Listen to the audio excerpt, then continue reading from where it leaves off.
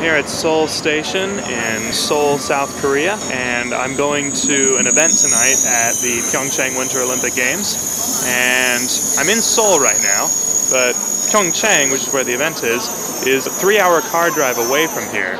But it's okay, because I'm going to be using the KTX bullet train to get to the Winter Olympic Games. Korea Train Express, or KTX for short, is South Korea's network of bullet trains, and they've been operating for over 25 years. The trains are generally about 7 to 8 cars long, with each car containing 14 rows of seats.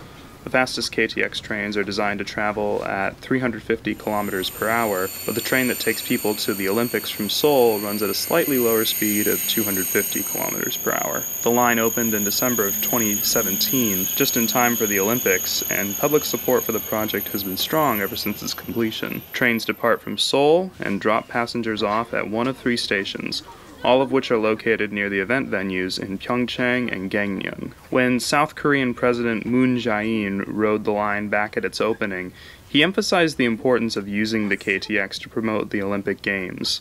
Seoul hosted the Summer Olympics back in 1988, and it served as a major boost for the country's economy then.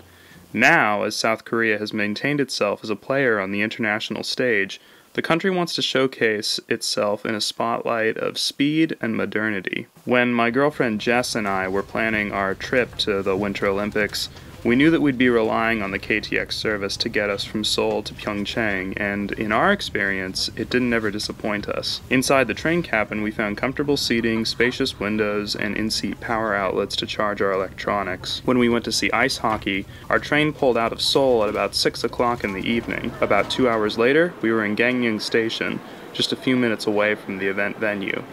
A trip that used to take 3.5 hours was now almost cut in half for us. High-speed rail in the United States is nowhere near as advanced as it is in other parts of the world. In addition to South Korea, countries like China, Japan, France, and the UK all have developed networks of high-speed railroads.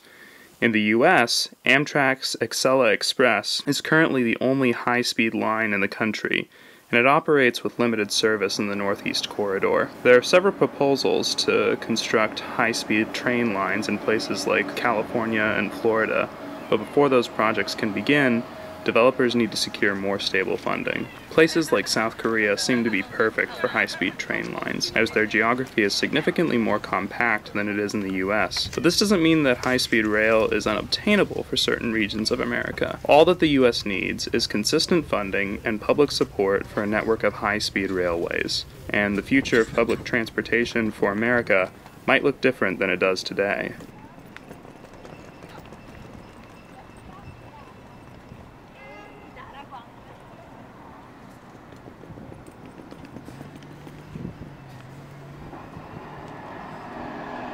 Yeah.